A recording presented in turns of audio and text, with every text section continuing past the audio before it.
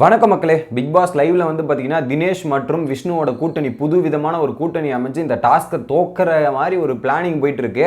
தோத்தா while card உள்ள வரட்டும், இங்கே இருக்கும் வெளியே போட்டோம், ஒயில் கார்டு வரட்டும், கேம் இன்ட்ரெஸ்டிங்காக இருக்கும், சுவாரஸ்யமாக இருக்கும் அப்படின்ற மாதிரி ஒரு பிளானிங் போது சொல்கிற மாதிரி செஞ்சுருவாங்களோ, டாஸ்க்கை தோத்துருவாங்களோ அப்படின்ற எண்ணம் எனக்குள்ளேயும் வருது. அப்படி என்ன பேசுகிறாங்க அப்படின்றது பார்த்தீங்கன்னா, தினேஷ் சொல்கிறாருங்க. வெளியே உட்காந்து தினேஷும் விஷ்ணுவும் பேசும்போது சொல்கிறாரு, நான் வந்து இந்த ஆப்பர்ச்சுனிட்டியை வந்து யூஸ் பண்ணலாமான்னு யோசிச்சுட்டு இருக்கேன். ஏன்னா தோத்துட்டு ஒயில் கார்டு வரட்டும், இவங்க இருக்கவங்கலாம் வெளியே போட்டோம். ஏன்னா நான் 2 பேரை நாமினேட் பண்ணணுன்றதை ஓட்டு போட்டிருக்கேன்.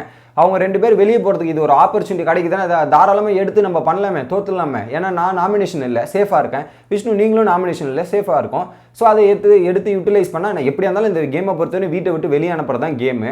ஸோ இப்போ ஒருத்தருக்கு பதிலாக 2 பேர் போகும்போது அந்த ஆப்பர்ச்சுனிட்டி நான் யூஸ் பண்ணலாமே அப்படின்ற மாதிரி தினேஷ் இருந்தாங்க யோசிச்சுறாரு. இன்னொரு பக்கம் விஷ்ணுவும் சொல்கிறார், என்னன்னா நானும் அதான் யோசிச்சுட்டு இருக்கேன். அக்ஷயா பொண்ணு வேற எல்லா இடத்துலையும் என்ன தான் சொல்லிட்டு இருக்கா. அப்போ என்னது பச்சுந்தின்றா இப்படின்றா, எல்லா இடத்துலையும் என்னையும் அடிச்சுட்டு இருக்கா. அவளுக்காக நான் ஏன் விளையாடி ஜெயிச்சு கொடுக்கணும்? தோத்துட்டு அவளை வெளியே கிளம்பட்டோம். தோத்துட்டு வெளியே போனால் ரொம்ப சந்தோஷமாக இருக்கும். புதுசாக வர ஒயில் கார்டு எல்லாமே மக்களை சந்தித்து ஓட்டு கம்மியாக இருக்கிறதால தானே வெளியே போனாங்க. அந்த அளவுக்கு ஓரளவுக்கு ஸ்ட்ராங் பிளேயர்ஸ்லாம் இல்லை. உள்ளே வந்தால் கூட 2 வாரம் எடுப்பாங்களா டைம்? 2 வாரத்தில் இல்லை 3 வாரத்தில் அவங்கள ஓட்டு குத்தி வெளியே அமைச்சிடலாம். மக்கள் ஓட்டு போட மாட்டாங்க. வெளியே போகிறதுக்கான அதிகபட்சமாக வாய்ப்பு இருக்குது. ஸோ இங்கே இருக்கவங்க போட்டோம், வெளியே இருந்து வரவங்களுக்கு அந்த அளவுக்கு சான்ஸும் இல்லை, கம்மியாக தான் இருக்கும். அழகாக அவங்கள தள்ளி விட்டுறலாம் அப்படின்ற மாதிரி ஒரு பக்கம் பிளானிங் போது, ஒரு வேளை தோத்தா யார் யாரெல்லாம் போவாங்க அப்படின்னு பார்த்தீங்கன்னா, ஸோ அவங்க டிசைட் பண்ணுறாங்க என்னென்னா, தினேஷ் வந்து யார் யார் போகணுன்னு நினைக்கிறாருன்னு பார்த்தீங்கன்னா, அக்ஷயா அந்த கேங்கில் ஒருத்தர் போகணுமா, அதுக்கப்புறம் பார்த்தீங்கன்னா மாயா பூர்ணிமாவில் ஒருத்தர் போகணுமா, அப்புறம் விசித்ரா மற்றும் அர்ச்சனாவில் ஒருத்தர் போகணுமா. பாசிபிளே கிடையாது இந்த 3. எனக்கு தெரிஞ்சு லோவஸ்ட் ஓட்டிங் ஆர்டர் தாங்க போடணும். கண்டென்ட் கொடுக்குறவங்களே எனக்கு தெரிஞ்சு முக்கால்வாசி வெளியே எடுக்கிறதுக்கான வாய்ப்பு கம்மியாக இருக்குது. ஓகேங்களா? லோவஸ்ட்டாக யார் இருக்காங்களோ ஓட்டு ப்ராசஸில் படி, ஆனால் பிக் பாஸில் எது வேணாலும் நடக்கலாம், அதை நம்ம கணிக்க முடியாது.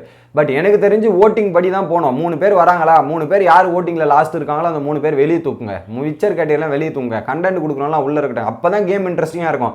இதில் நீங்கள் பர்ஃபார்மன்ஸ் பண்ணுற ஆட்கள்லாம் அர்ச்சனாவையோ விசித்ராவையோ தூக்கி வெளியே போட்டிங்கன்னு வச்சுங்க, அப்புறம் எதுக்கு இந்த ஷோ? பர்ஃபார்மன்ஸ் யார் யார் கொடுக்குறாங்களோ அவங்களாம் தூக்கினா என்னங்க பார்ப்பாங்க? அப்புறம் தினேஷுக்கு என்னென்னா ஒரு இருக்கு போல். ஸோ இவங்க கொஞ்சம் டஃப்பாக இருக்காங்க. அர்ச்சனா மற்றும் விசித்ரா அவங்க 2 பேர் டஃப்பாக இருக்காங்க. யாருன்னா ஒருத்தர் போனால் நல்லாயிருக்கும் அப்படின்றதுக்கு அவர் ஒரு பாசிட்டிவ் சைடுக்கு, அவருக்கு ஒரு பர்ஃபார்மன்ஸ் சைடு வரதுக்கான வாய்ப்பு அதிகமாக இருக்குன்றது அவரோட எண்ணமாக இருக்குது. பட் இப்படி நடக்குமான்னு தெரியல. பட் பார்ப்போம். இன்னொரு தரப்பு வந்து, ஸோ இந்த நானும் மாயா பூர்ணிமாவும் 3 வாரமாக நான் நாமினேட் பண்ணிட்டு இருக்கேன், ஓட்டு அடிச்சுட்டு இருக்கேன், வெளியே போக மாட்டாங்க. ஒரு ஸ்ட்ராங் கேரக்டர் போனோம், ஸ்ட்ராங் பிளேயர் வெளியே போனால் நல்லாயிருக்கும் அப்படின்ற மாதிரி விஷ்ணுக்கும் ஆசை இருக்குது. விஷ்ணு வந்து சொல்கிறாரு, பூர்ணிமா மாயாவை பிரித்து போட்டது நல்ல விஷயமா தான் இருக்குது. பட் என்னென்னா அவங்க அந்த தப்பை அக்செப்ட் பண்ணிக்கவே மாட்டாங்க. குறிப்பாக பூர்ணிமா எவ்வளோ நேரம் நேற்று பேசினாங்க, அந்த தப்பை ஏற்றுக்கிற மனப்பான்மையும் ஏற்றுக்கிற விஷயமும் பூர்ணிமா கிடையாது. அவங்க நீங்கள் பண்ணி அதை வந்து உங்களை இது மாற்ற ட்ரை பண்ணுறாங்களே தவிர அவங்க ஒருபோதும் மாற்றிக்க மாட்டேங்கிறாங்க அப்படின்ற மாதிரி சொல்கிறாரு. எக்ஸாக்ட்லிங்க. பூர்ணிமா பொறுத்தவரையும் அவங்க பண்ணுற தப்பு எல்லாமே நியாயப்படி பேசுவாங்க, நியாயப்படுத்துவாங்களே தவிர அது தப்புன்றது யார் சொன்னாலுமே அதுக்கு எதிராக தான் பேசுகிறாங்க. அந்த தப்பை ரியலைஸ் பண்ணுறதுக்கான கேட்டகரியே பூர்ணிமா கிட்டே இல்லை அப்படின்றத நம்ம தெரிஞ்சுக்கணும். அதை மாற்றிக்கவும் மாட்டாங்க அப்படின்றது தான்.